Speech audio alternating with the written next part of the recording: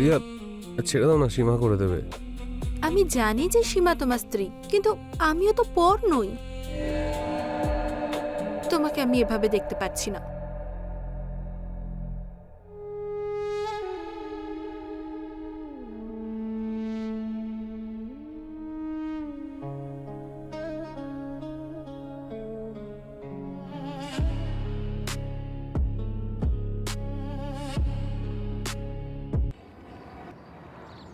কি হয়েছে? এভাবে কি দেখছো? আমি ভাবছিলাম যে তোমাকে যদি না পেতাম তবে আমি কতটা একা হয়ে যেতাম। আমি জানি তুমি সীমাকে খুব ভালোবাসতে, কিন্তু আমি তো এখন চলে এসেছি। তোমার সব দুঃখ আমি দূর করে দেব। I love you so much. তুমি কিছু করবে নাকি?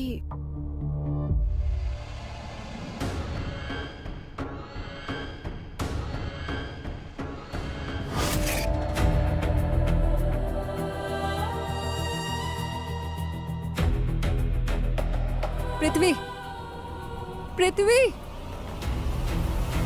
পৃথিবী, ওর থেকে দূরে থাকো। ও আস্ত একটা সাপ। ও আগে আমাকে ছোবল মেরেছে, এখনো তোমাকে ছোবল মারতে চায়। পৃথিবী, তুমি শুধু আমার, শুধু আমার। দূরে থাকো।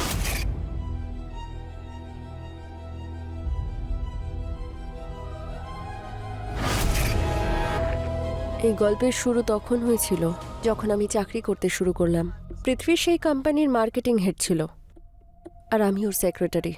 আমি তো প্রথম দিন থেকেই ওকে খুব পছন্দ করতাম, কিন্তু খুব ভয় পেতাম। আমার মনে হতো যদি আমি ওকে কিছু বলি, নিজের মনের কথা বলি, আর তারপর যদি আমায় বারণ করে দেয়। মাঝে মাঝে তো এমনও মনে হতো যে আমার থেকে পজিশনে অনেক বড়।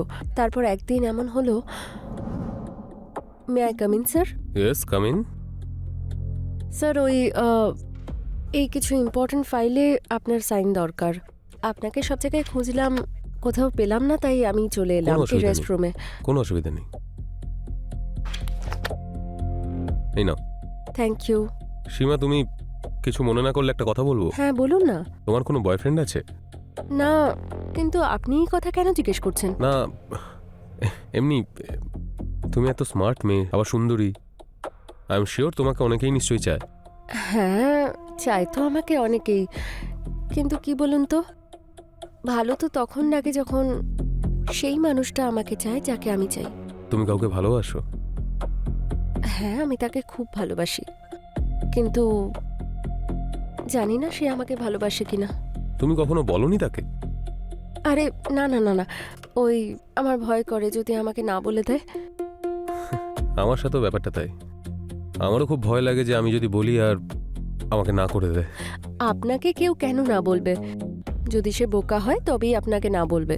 আরে অন্য কারোর কথা তো ছাড়োই, আমি যদি তোমাকেই বলি তো তাহলে তুমিও তো না করে দেবে, কারণ তুমি তো অন্য কাউকে ভালোবাসো।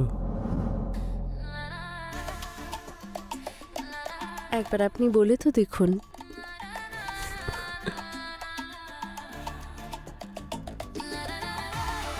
It's all right. I love you সীমা।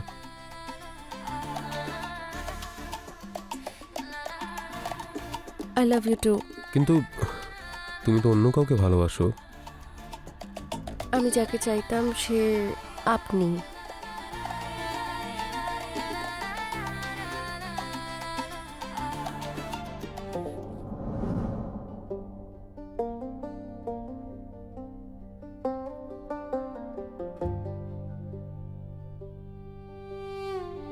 খুব ভয় করতো আমার।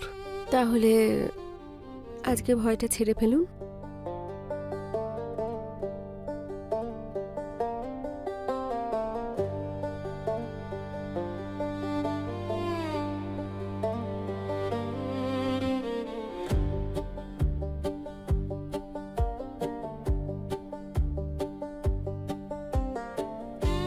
সেই দিনগুলো কত ভালো ছিল।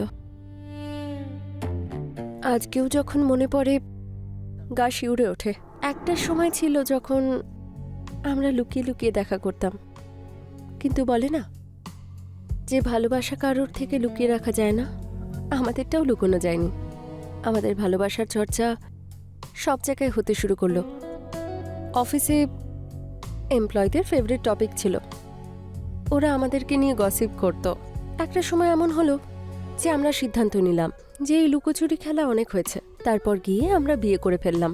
বিয়ের পর আমি চাকরি তো ছেড়ে দিলাম, আর তারপর এই সিদ্ধান্ত নিলাম যে আমি এখন থেকে শুধু আমার বাড়ি সামলাবো। যেভাবে দিন চলে গেল সেরকম দায়িত্বও বাড়তে থাকলো।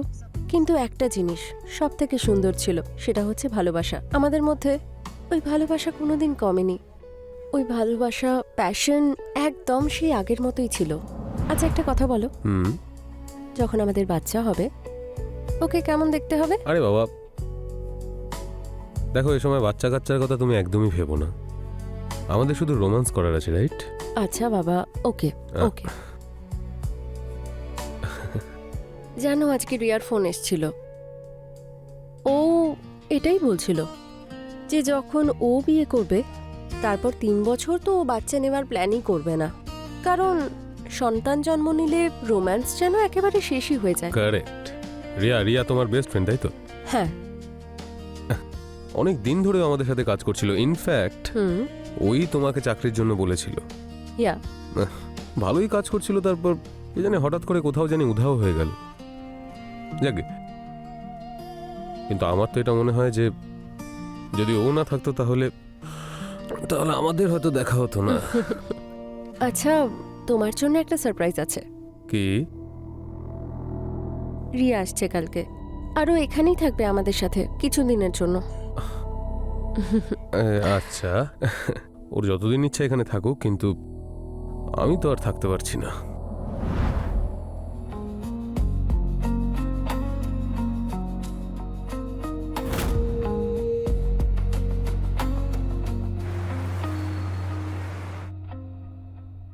আচ্ছা জানিস রিয়া, কালকে আমরা এই কথাই বলছিলাম যে যদি রিয়া আমাদের জীবনে না থাকতো তাহলে আমাদের হয়তো কোনোদিন দেখাই হতো না, তাই না? হ্যাঁ, সত্যি কথা। আজও পৃথিবী এই ভেবে আফসোস করে যে হঠাৎ তুই এইভাবে জব কেন ছেড়ে দিলি। ছাড়তে হলো, দরকার ছিল গো। কিন্তু আমি পৃথিবীকে খুব মিস করেছি, আর তোমাকেও। আরে সবকিছু এনে যে গোলাপজামটাই আনিনি, আমি আনতে একদম ভুলে গেছি। নিয়ে আসছি। হ্যাঁ,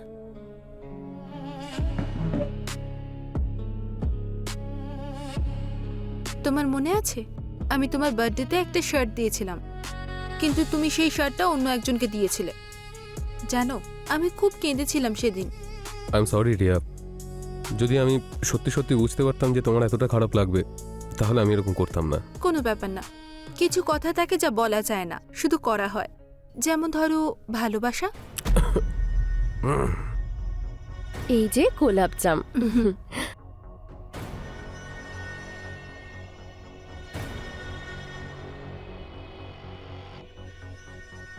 আচ্ছা,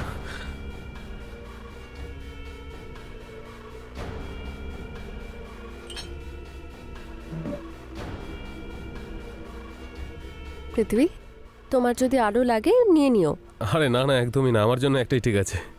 আমি তো জানি পৃথিবী গোলাপ জামুনের বদলে রসগোল্লা খেতে পছন্দ করে। রিয়া, তুমি তো আমার ব্যাপারে অনেক কিছু জানো দেখছি। হ্যাঁ, জানতাম, কিন্তু হয়তো এখন সীমা ভালো জানবে। আরে না রিয়া, নিজের পছন্দের কথা নিজেই জানে না, আমি কি করে জানবো বল? আরে যা খুশি। আমি সে সময় বুঝতে পারিনি যে রিয়া আমার থেকে আমার স্বামীকে কেড়ে নিতে এসেছে। পরের দিন যখন পৃথিবী অফিস থেকে বাড়ি ফিরে এলো, ওর শরীর একটু খারাপ ছিল, খুব কাশি হচ্ছিল। আমি পৃথিবীকে বিছানায় শুইয়ে দিলাম, আর তারপর আমি কিচেনে কাড়া বানাতে গেলাম। আস্তে, কি অবস্থা তোমার? ঠিক আছে, তুমি রেস্ট করো, আমি কাড়া বানিয়ে আনছি। আর তারপরই রিয়া বাম নিয়ে আমার ঘরে চলে গেল আর ওর মাথায় মালিশ করতে শুরু করলো। রিয়া, ছেড়ে দাও না, সীমা করে দেবে। আমি জানি যে সীমা তোমার স্ত্রী, কিন্তু আমিও তো পর নই। তোমাকে আমি এভাবে দেখতে পাচ্ছি না।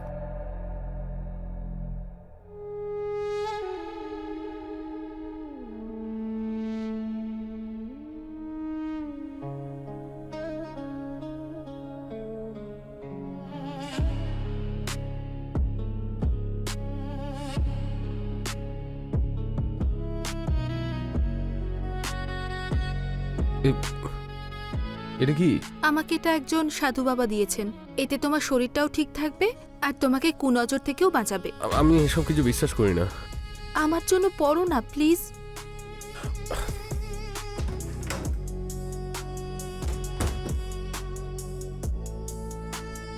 আমি বাম লাগিয়ে দিয়েছি, কিছুক্ষণের মধ্যে ঠিক হয়ে যাবে, ডোন্ট ওয়ারি।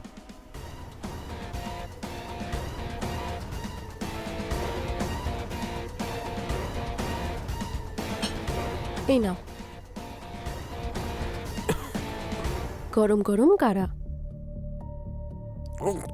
খুব তেতো এটা। আই নো খেতে একটু তেঁতো, কিন্তু খেতে তো হবেই বলো। এই তাবিজ, এটা তোমাকে রিয়া পড়ালো?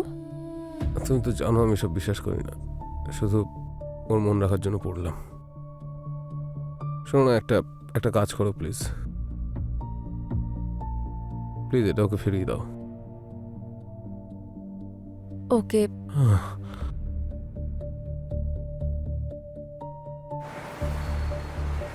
সকালবেলা ওর শরীরটা একটু ঠিক হয়েছিল, কিন্তু আমি চাইছিলাম না ও অফিস যাক। কিন্তু আমি হাজারবার বলার পরেও ও অফিস গেল। তোমার শরীর ঠিক নেই, আজকে যাওয়া খুব দরকার। আমি আমি একদম ঠিক আছি, আর অফিসে একটু কাজ আছে, সেটা শেষ করা জরুরি। ওকে ঠিক আছে, কিন্তু প্রমিস করো তুমি তাড়াতাড়ি ফিরে আসবে। ঠিক আছে, আমি তাড়াতাড়ি চলে আসবো। Okay, you take care, bye bye bye. ওর অফিস যাওয়ার পরে আমার মনে পড়লো যে আমায় রিয়াকে ওই তাবিজটা ফেরত দিতে হবে। ও সকাল থেকেই ঘর থেকে বেরোয়নি। তারপর আমি ভাবলাম যে আমি ওকে সকালের চাটাও দিয়ে আসি, আর তার সাথেও তাবিজটাও ফেরত দিয়ে দেবো। চা বানিয়ে আমি যেই ওর ঘরের দিকেই করছিলাম, তখনই ওম ব্রিম ক্রিম চামুন্ডায় নমঃ।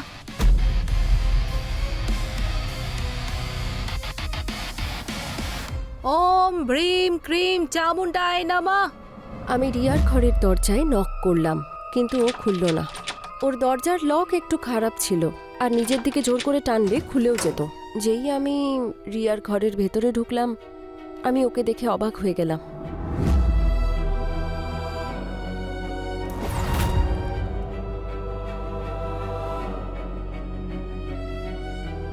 কালা জাদু, নিজের শক্তি দেখাও। তাবিজ, নিজের শক্তি দেখাও। পৃথিবীকে আমার করে দাও।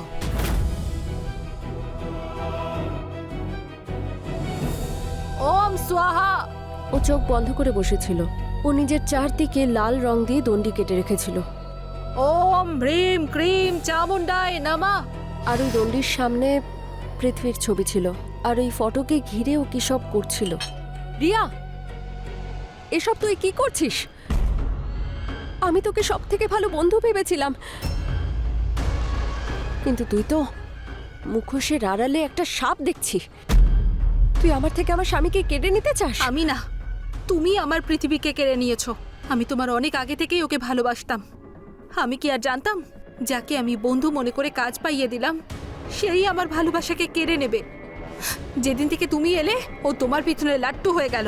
জানি না কি এমন জাদু করেছিলে তুমি ওর উপরে যে ও তোমার হয়ে গেল। না রিয়া, আমি কোনো জাদু করিনি। আমি ভালোবেসেছি, আর ভালোবাসায় অনেক শক্তি আছে। রাখ তুই এই তাবিজ, আর বেরিয়ে যা এখান থেকে। এক্ষুনি বেরিয়ে যা। ঠিক আছে, আমি চলে যাব। তুমি নিচে যাও, আমি আসছি।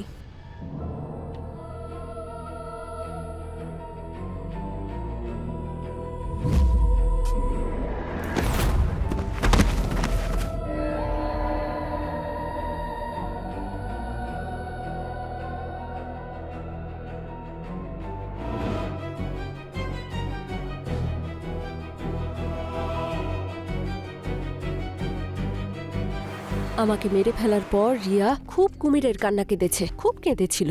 আর ধীরে ধীরে আমার পৃথিবীকে এটা বিশ্বাস করিয়ে দিল যে আমি চলে যাওয়ার পরেও ওকে ভালোবাসার মানুষ, যে ওর কেয়ার করবে, যে ওকে খুব ভালো রাখবে, সেটা আর কেউ নয়, ও।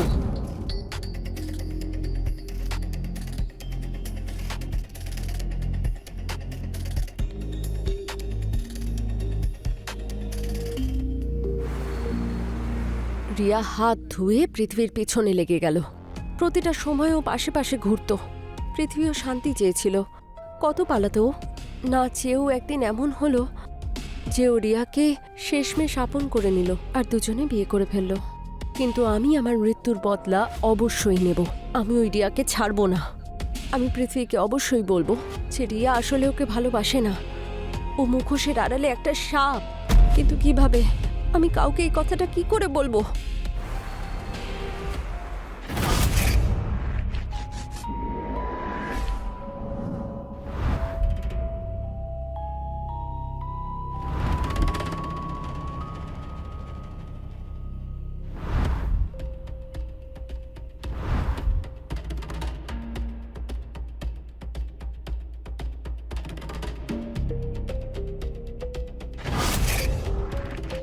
আমাকে আমার পাওয়ার গেইন করতে হবে, যাই হয়ে যাক, যাতে আমি সবকিছু ছুঁতে পারি, সবকিছু অনুভব করতে পারি।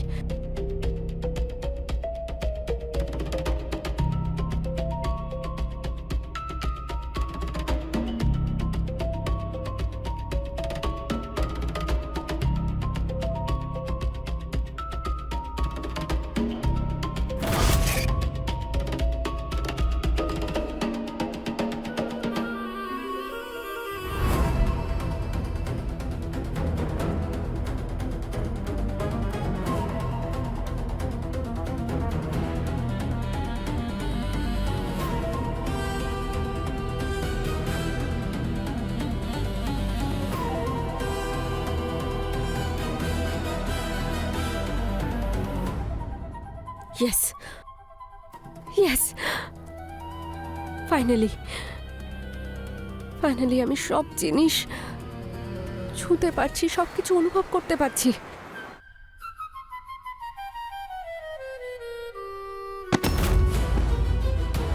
কি হলো? কি হলো? তুমি আমাকে ধাক্কা মারছো কেন? আমি তোমাকে ধাক্কা কোথায় মারলাম?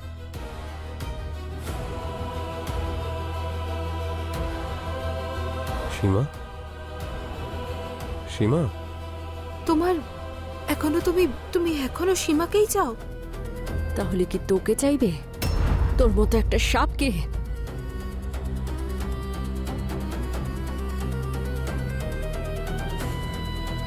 সীমা, আমি তোমাকে ফিল করতে পারছি সীমা, আমি তোমার টাচ ফিল করতে পারছি। ফিল করতে পারো? যাও ওর সঙ্গেই, আমি চললাম। সীমা, সীমা, আমি জানি তুমি এখানেই কোথাও আছো। সীমা, আমি তোমায় দেখতে চাই সীমা।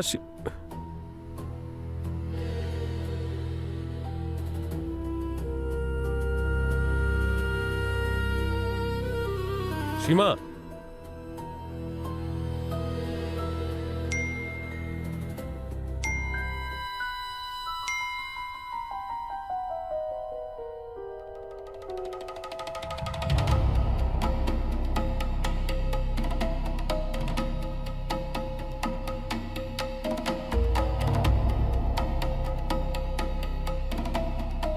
আমি ওকে অবশ্যই শাস্তি দেব।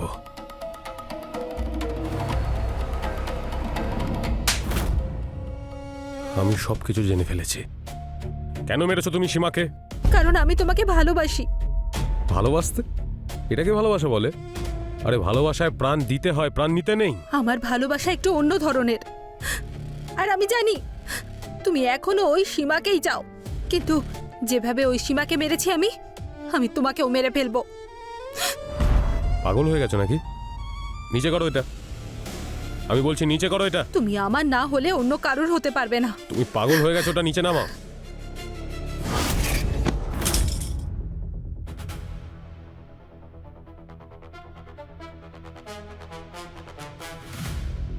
ম্যাডাম, আপনাকে গ্রেপ্তার করা হচ্ছে। ধরো একে, নিয়ে চলো।